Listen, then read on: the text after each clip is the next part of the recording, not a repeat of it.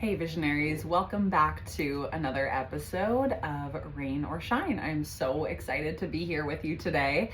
I actually just realized something so crazy, and that is that today is actually the 8-year podcast anniversary of Visionary Life, which is now called Rain or Shine. Yes, that means I actually started this show back in 2018, and there are almost 400 episodes for you guys to skim through in the archives. And yeah, I honestly am a little bit shocked. I kind of forget to celebrate this milestone. 8 years is incredible. Like, we're almost a decade on recording this podcast every single week for you guys, and it's evolved, it's changed. You guys have, been through every freaking season with me. From the days where I biked around on Toronto with, I was gonna say biked around Ontario, which I guess is true. That's a whole province that's really large. I would bike around Toronto with a mic in my backpack, and I would show up and I would sit shoulder to shoulder with my guests. And I was so ambitious and bold with who I asked to be on this show. It was crazy. I had no fear. I would just email anyone and be like, hey, you just started a business. Can I come by and record a podcast? And you know what people would say to me 8 years ago? They'd be like, what's a podcast? And then they would say yes, because they had no idea. And I was like, well, I just started it, but I wouldn't tell them that. And I always got compliments that I was a good interviewer. And I think that I always did a lot of prep work. This was before the days of ChatGPT, right? Now I feel like people write outlines with ChatGPT in 2 minutes. And yes, I have gotten a little lazy too with my guest interviews, but I used to do deep research, and I'd spend a couple hours listening and finding these random articles and piecing together really thoughtfully curated questions, and I would print them out and I would show up and record handwritten notes while we talked in person. And usually the guest would, for example, I remember interviewing the founders of Zen and Tonic, which was a recovery studio in Toronto.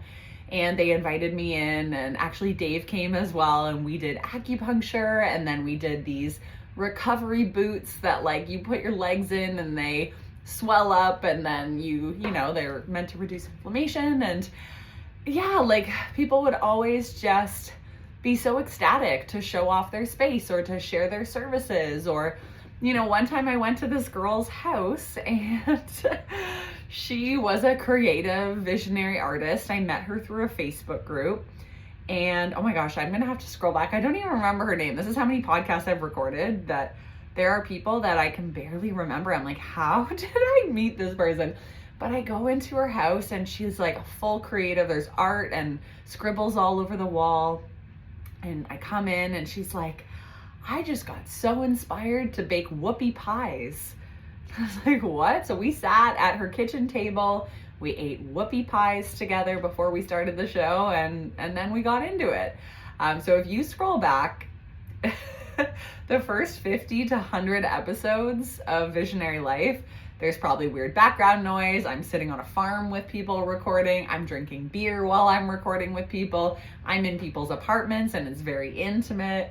It was just a really cool chapter. So thank you for letting me reflect back on that. But here we are, kicking off year 8 or year 9. I don't know how this works. I think we're closing out 8 years. Anyways, my math is really bad right now. I need more coffee. But we're celebrating. So thanks for being here. If you've been here from the start 8 years ago, please message me and be like, yo, I'm an OG listener. And if you're a newer listener, I appreciate you. This podcast is all about sharing my favorite motto, which is rain or shine. It's showing up for yourself, living a life of consistency, not waiting for the shiny days, the sunny days, to take action and to live our best life, because we have today and only today. And even on the rainy days, there's so much opportunity to plant seeds and to know that the sun is coming and that good things are ahead. So that's a little bit of my life philosophy, and just a topic I feel so passionate about. And I really do think a rain or shine mentality is crucial for entrepreneurship, because we are going to go through so much crap as business owners, so many mental struggles, the highs, the lows, the everything in between. Like, there are no guarantees here. You're not guaranteed shiny days every day. You're not going to be guaranteed rainy days if you keep showing up and putting yourself out there. But it's going to be a balance, right? And to expect that every day is going to be sunny is not understanding how entrepreneurship works. Like, there's challenges every time you open your laptop, every time you enter a new level. So we almost just have to embrace it. So I hope you're enjoying the content, and I hope you've enjoyed this little upgrade, rebrand, whatever we want to call it, because I've had a lot of fun starting to share more of this rain or shine mentality with you guys. All right, so what is happening in today's episode? I thought I would just kind of sit down, riff, solo show, do a life update, maybe share a bit of, some things I've been thinking about in the last week. And honestly, I'm recording in a very tight time block because this week I have zero time. Like, you guys know, I'm somebody who loves to calendar my time. But when I looked at my schedule for this work week, I realized I had literally 1 hour, so this is Wednesday, from 10:30 to 11:30, where I can get this show done. And the reason why it has to get done is because I have a podcast production assistant who needs this episode, like, ASAP. And so I can't delay it, which is probably the best thing about having a team, having somebody who you pay to do work for you, because then you're not just accountable to yourself. And I think we all know that when there's something else on the line, like this person's relying on me, they need the episode to do their job, I'm going to get it done. Like, I'm not just going to be like, oh, well, I'm just going to scroll Instagram for this hour. It's like, no, this is the hour. It's either now or I stay up late tonight, which is not going to happen because sleep has been a challenge in our house with our 2-year-old. So I know that there's a middle of the night wake up coming, and then I'm going to be sleeping on the floor in his bedroom and waking up with the worst neck pain of my life. That's a story for another day. But this is my hour. So yeah, I'm really excited to be sitting down, and I love having this deadline because, people always say, like, we show up best under pressure. And I think that's often the case. So even if you have to manufacture artificial pressure, like, what is it? If you're not doing the thing, if you're currently releasing a podcast like once every 7 weeks, you need to figure out how to apply artificial pressure. How are you going to get this thing done? Because if you've put off 6 weeks in a row where you're just like, yeah, I didn't have time. Well, first of all, maybe it's not a priority. So reassess what's your priority in terms of your marketing and your visibility strategy. Second of all, it's like, you're a business owner. You need to be consistent. You need to output content, or you need to be following up with people or building relationships or showing up at events, like, whatever the things that you need to be doing are. And you can't let yourself off the hook too many times before the business just becomes stale and stagnant. And I know that is hard to hear. But I really do think that the truth is, if you can't hold yourself accountable, you really only have 2 options. You find an accountability partner or group, or join a mastermind where you have that layer of accountability and you declare goals to the group, etc. Or you go work for someone else, right? Or figure out a different situation where you are not the one in charge of the business growth. Because if you're constantly letting yourself down, but then you're disappointed with the results, this is no way to grow a business, and it's no way to move through confidence building in life, because we often build confidence by keeping the promises we make to ourselves. And guys, I get it. Life happens. Like, there have been so many times, even just in the past 4 weeks, like, where I got deathly sick. And I basically just had to do nothing for 2 weeks. And then there have been things that have come up in the first 2 weeks of January and they were not planned. And I'm like, oh my God, this totally derails this project. But that's not the norm, right? Of course, life happens. Of course, I give myself grace when I'm not healthy. Of course, I give myself grace when, external circumstances like really prevent me from doing the work. But there kind of is always external circumstances. I don't know if you guys feel this way, but like there's always crap going on in the background, whether it's family stuff or whether it's client drama, or maybe it's like, I don't even know, like a friend breakup that you had to go through, or um, I don't know. And I think there is a case to be made for the fact that like we could all declare that every day is hard in business. And like, I haven't been sleeping lately. So yeah, I do want to just be napping on the couch. But I also know that to keep the lights on of this business and to like fuel my soul, it's not just ever about money. It's never about just literally like paying the bills. It's about like I have made commitments to show up for people. I'm passionate about the work that I do. Yes, maybe I let go of some of the marketing strategy that's not feeling currently aligned.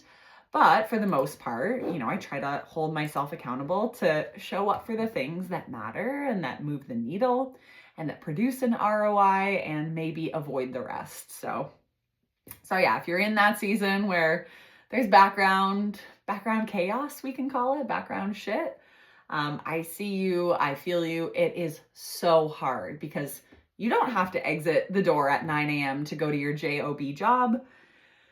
And you still have to show up for the job you've built for yourself, the entrepreneurial venture.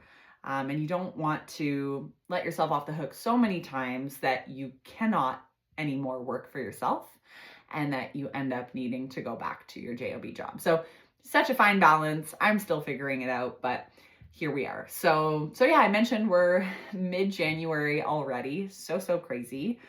It's so funny thinking back to December because I had this crazy season of completion.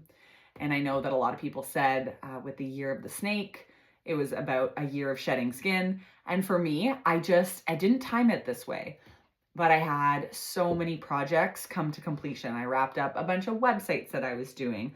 I finished off a big CMO gig, fractional CMO gig that I had with a client. A lot of my private clients, they just, they started with me back in May or June, and then they finished in December. And so I looked at my calendar and I just had all this white space for kind of mid-December onwards, which I should have been celebrating. I should have been the most joyful person to see this white space because it never happens. And of course I got sick during that white space, but that's besides the point. But I started to panic. I really panicked. Like I remember being on the couch with my husband and just being negative Nancy. Oh man. I was like, I don't know what I'm doing. AI is changing so quickly. I'm being left behind. What I'm doing is redundant. Why haven't I had a ton of new leads come through? My Google ads have been a little bit quiet. And like in that moment, time felt like it was standing still. So every day I was kind of like, what's going on? What's going on? What's going on? What's going on? And it felt like days were actually weeks, where now looking back on it, I'm like, that was literally a blip in time, like maybe 2 to 3 weeks. And I panicked. I started, and granted, like it made me reach out to some potential leads being like, hey, are we getting started? Do you want to build that website? Do you need my services? I started promoting a little bit more on Instagram, but I also like started handing out discount codes, which I never do, which I shouldn't have been doing. That was a scarce mindset that I had looking back on it. And I was actually just reflecting on this with friends. I was like, guys, you'll never believe what I did in December. But I think, and the reason why I'm sharing this is because I think we all have these moments of fear and worry as entrepreneurs when we have slow months. Whether your slow months are July and August when people are on vacation and they cancel their gym memberships, or December when they want to take holidays and be with their families, like it's very normal to have these panic moments where we're like, nothing's working. I need to, burn it all down, build it back up, go back, apply for jobs. And it feels like eternity.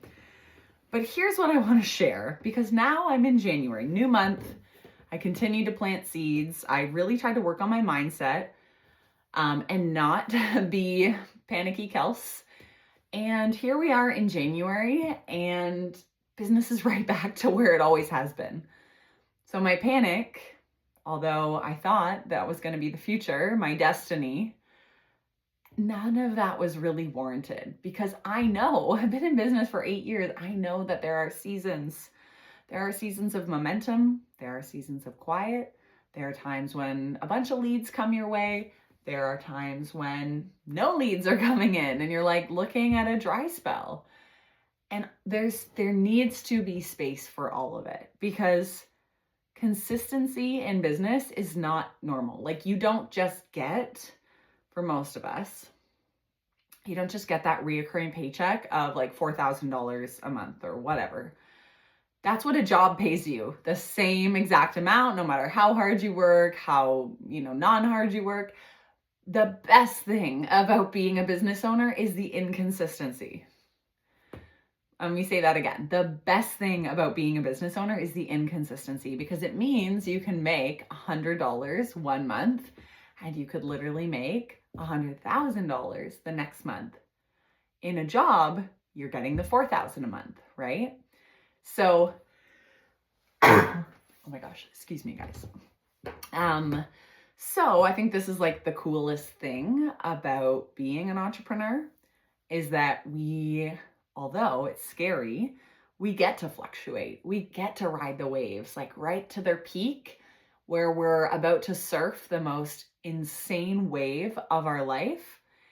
And we get to we have to ride, whether we want to or not, the waves that are crashing and burning over our head, where we're like, yikes, this doesn't feel good. And there has to be space for all of it. And so I really wanted to share what has been happening behind the scenes, my December to my January, to reassure you guys that whether you're in my December right now and you're like, what's going on? It's slow. Don't panic, hold the faith, use this time to build up smart systems, use this time to plant new seeds, to improve processes, to fill your own cup. Go do something cool. Go do something cool.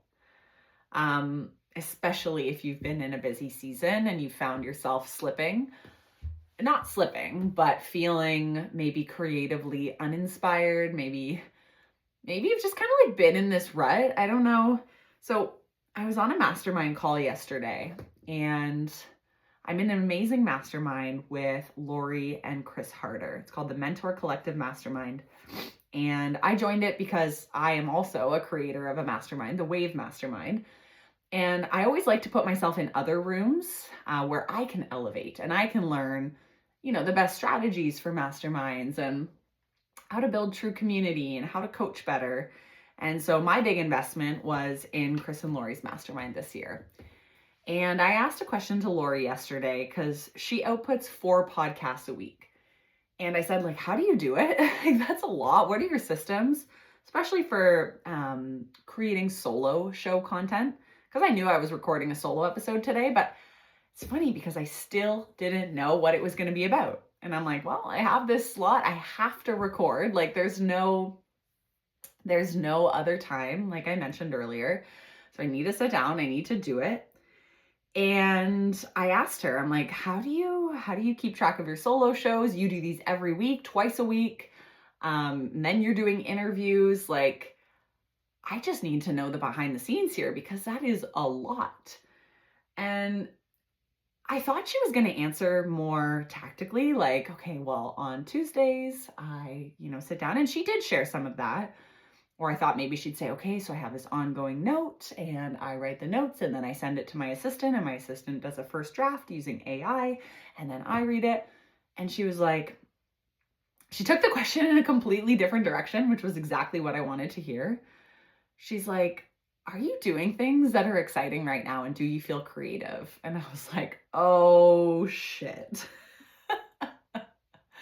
Because I feel like, and this was one of my goals for 2026, like to return to a creative practice, because, and I've shared this a couple times, I don't know if on the podcast I've shared this, but I'm like, I haven't been creative, or I haven't felt my most creative self in over a year. And the last time I felt truly creative was while I was pregnant, kind of the late phase of pregnancy with Freddie. And while I was on mat leave, like early days mat leave, my brain was just, like running with ideas, and I was loving it. And then you'll know if you're a parent or a mom, especially a mom running her own business, like I slowly started to add more to my plate when maternity leave was like getting to the 3-month mark, 6-month mark. And then I kind of returned to work slowly, to quite a heavy schedule, even though I only worked 2 official days a week with childcare. I was still needing to like work in the evenings, work on Freddy's nap. So it felt like I came to this point where I was either working or I was being a mom. And both of those things can absolutely bring creativity in unique ways. But for me, I know that so much of my creativity comes from doing my hobbies. I love to mountain bike. I love to paddleboard. I love to be active and go for hikes with my dog. Love to listen to podcasts while I'm hiking. I love to go to coffee shops. I love to travel. I love to, go to new spaces and places and try activities with friends and go to a new class and try a workshop and do a chocolate making, do a pottery class. Like I'm a doer. I like to do stuff. I don't like to be alone too much, and never been one to sit still for that long. And yeah, I just kind of had this season the last 12 months where I still did my hobbies a ton, especially in the summer. I found it really easy, but doing my hobbies, but having like a forced, like I'm meeting my friends at 6 for a mountain bike ride. We ride for 2 hours, then I ride home to have dinner, to go to bed. It just like, I wasn't in these like beautiful white spaces of just dreaming, thinking, brainstorming, putting new ideas together in my head. And so that time, it was a luxury before kids for sure. I realized I had hours and hours each day. Not that I would ever want that back. I don't want to return to that life, but I've had to be so much more intentional. And so in order to scale the business the past, let's say 2 years, because ever since Freddie was born, it's been growing, it's been busy. I've had to, really prioritize systems and saying no and finding routine and rhythm and waking up early, working. So like, I'm not waking up and meditating and just like drawing and things like that. Like I said yes to enough things that I was like, I am accountable. I need to show up, do the thing. And that can really zap your creativity. I can't quite explain it, but I think it's just the fact that like there's not a lot of white space and downtime and sit on the couch and sip my espresso, which I know would be really good for my creative soul. But I also know that life is about choosing your priorities in any given season, and being creative was not my priority. So I actively would fill the time with things that, didn't exactly fuel the creativity and didn't fuel the soul fire of like my dreams and giving myself time to think about the future and new projects. So going back to the question that I asked Lori about the podcast, because I'm like, okay, like I want to start recording more solo shows. In a perfect world, I would love to be recording 2 episodes a week for you guys. I've done like little blips in time where I was able to output 2 episodes a week, but if I'm being very honest, like 1 feels like just enough right now. But I really do see adding a second episode as an opportunity to do more solos. Then I could have 4 interviews a week, 4 interviews a month, 4 solos a month, and like have really good content for you guys. But that would require so much more creativity. So basically what Lori asked me is like, okay, well, first she told me a story. She's like, there are weeks where my weeks look the exact same. Like it's like, get up, go here, do this, work on this, Zoom calls, go to bed, have dinner, have the same dinner, end of story. And when your life looks like that, you often have nothing to talk about. Like if you were to imagine your life as like a content reel or a movie reel, would people be bored AF watching it? And I'm not telling you to look at your life as content, because that makes you think you have to film it all. But if you are a creator of any capacity, you have a podcast, you have a Substack, you have a newsletter, you're probably storytelling. Like, storytelling is the most effective form of marketing, and relating it back to what you do and what you're learning in the process and your takeaways and your lessons and, anything that you glean from any negative or positive situation in life. That's what we love to listen to as human beings. So if you look at your life right now and your life looks pretty boring, my guess is that your content isn't hitting. You're getting low views. People don't really feel that excited to watch your content. Like, for example, I follow a few people online, one of which, she's a DJ, Reidl Melenda. She used to practice as a nutritionist, and I met her back in the days where she used to work for a very famous nutritionist. And watching her content is like watching a movie from start to finish each day, because she's thoughtful. She tells a story, she's out doing cool shit, and she's putting it together in a way that makes you want to watch start to finish. And I think those times when we sit down and we don't feel creative, we don't know what to say, it's because our week is boring. We're not doing anything. Like, we don't have anything to say because we skipped the bike ride with friends. We didn't go check out that new yoga studio. We sat in our basement office instead of going to work at the coffee shop.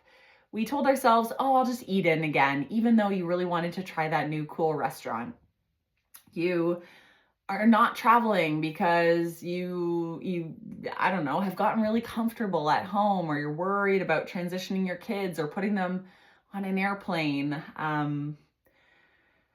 Unfortunately, though, there's not a ton of life experience that comes and lessons to be learned when you're just on your computer 24/7. And that was a good reminder to me yesterday of like, yeah, if I want to have cool shit to say, I need to get into my life and get back into trying new things. And yeah, I could give you every excuse in the book. I'm busy. I have a very demanding business. I want to hang out with my family and be low key. Do you guys feel that way? Like, it is a joy for me to just stay home and be present with Dave and Freddie and to cook a nice dinner. Especially in the winter, I find like that's when I crave downtime. And yes, okay, that is important. Slow down. You don't always need to be operating at 110% capacity. But also, you gotta do shit. Otherwise, like, what do you have to talk about? What do you have to show? And I'm not saying everybody, like, this is if you're a creator, you're somebody who creates content, creates interesting stories, who wants to grow a Substack or an email or a podcast or a blog or a YouTube channel. You have to have something to say. And even if that just means read more books, listen to more podcasts, watch cool YouTube videos, watch something new on TV. Learn about a topic that you've never dug into before, and stop being boring. That was the big lesson out of the mastermind call yesterday. So I'm currently plotting what I want to do to not be boring. And I know people would say, oh my God, Kelsey, like, you're the busiest person I know. But it's January. It's been icy outside. A lot of my hobbies are outdoors. And I haven't necessarily been able to do them at full capacity, and that has really slowed me down. And so I'm feeling like I'm in just a slower season. And so when I was wondering why this podcast episode wasn't coming through, and Lori said that to me, I was like, I know why it's not coming through. Because I haven't been fully living my life. I've been living in systems the last year. I've been living in a very full calendar that I've had to show up for and be very ruthless. And sometimes that leaves me with very little time to just explore the thoughts that are wandering around in my own mind, right? Because like when we're crowding out the conversation in our head, when we crowd out thinking time, when we crowd out just chill time, we don't leave a lot of room for magic. So how is your week going to look different this week? What are you going to do? Are you going to like just jot down one thing that's going to shake it up? I swear that could be the catalyst, the game changer, the thing. I'll share the dumbest example. But the other day on the weekend, we were driving around, and there's been this fry shop near where I live that a lot of people have said, oh, I grew up eating Stan's fries. And I remember one of my first friends when we moved to this town, she was like, oh, I used to work at Stan's fries. They're so good, so popular. But I'm more of a health girly. I don't really eat like French fries that often. But the other day we were driving around and I was like, Dave, have you ever had these fries? And he's like, no, but everyone talks about them. I was like, can we just go see what it's all about? So we stopped and we ordered fries, and they're like so cheap. They only take cash. They ask you if you want salt and vinegar on them. And I was like, okay, cool. Yeah, we'll take salt. Do you have ketchup? And they're like, no, we don't have ketchup. I'm like, okay. I'm like, do you have anything else on the menu? Nope. You either get a small, medium, or a large fry with salt and vinegar, or salt or vinegar or neither. No ketchup, no poutine, no nothing, no credit cards, no debit cards. And it actually just got me thinking in this whole new pattern, and I'll probably create an entire newsletter around this, about how when you stay in your lane and you become known for something and you get really good at that thing, there's going to be pressure to waver. Like, here I am asking this 50-year fry shop for ketchup, and she looked at me like she wanted to slap me. Like, no, we don't have ketchup. Like, have you never been here before? Like, it's not our thing. Don't dip these amazing fries in ketchup. And I was just kind of like, damn. Imagine the audacity, the boldness to be like, we don't do anything except serve these fries and people pay cash for them.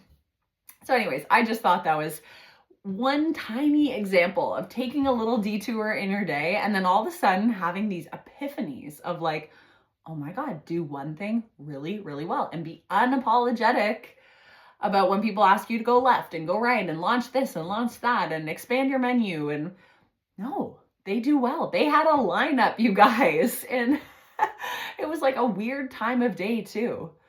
So it's the little derailments. Even when things go awry in your day, when things don't work out as planned, they always work out in the end. Yes, sometimes moments of panic. It's like, what are we going to do? How are we going to remedy this? But these are all learning situations. So if you look at your life as content, not that you have to film it all, but that everything could be something to share with someone else, to enlighten them. And, going through hard stuff is not great. I would not wish that on anyone. But even the hardest moments of my life, I can see how that has prepared me to, to show up, to deliver messages, to share my truth with others. And at the end of the day, I think that's what we're all hungry for. That's what helps us connect with people, helps us feel less alone. So, if you're comfortable and if this is the path you're choosing to take, open up, share what's going on, share what you've been doing, spill the tea on what's been happening. So, all right, you guys, I think I will wrap the episode there. I've been talking for about a half hour now. So glad I got this done in my time block. I hope this episode was helpful. Please message me on Instagram. I'm at Kelsey Reidl if you found this episode of Rain or Shine to be helpful, or if anything in particular resonated, or if we're going through the same thing. It would be my sincere pleasure to, connect with you and hear from you, because I never quite know. Nobody who has a podcast ever really quite knows who's listening. So when we see you guys, tag us in Instagram stories or send us a DM. It always feels very meaningful. I actually just said this to someone who I was emailing this morning. She's a potential client, actually. We had a nice connection call and kind of put together a proposal for her. And I could tell she was still kind of a little bit like, okay, well, we just met, so I need time. And I said, you know what you should do? You should listen to my podcast, because I share my real self on there. There's no filters. I have solo shows. I have interviews. If you listen to a couple shows, I think you'll get a really good vibe for whether we click or not. And she actually just wrote back to me today and she said, hey, I've been listening to a lot of your shows. I am loving when you talk about X, Y, and Z. And it just really warmed me up to be like, oh yeah, there are people listening. And it's a good way for people to really understand who I am and how I speak and, what lights me up. So That's it. All right, you guys. I hope you have an incredible week, and I will talk to you soon.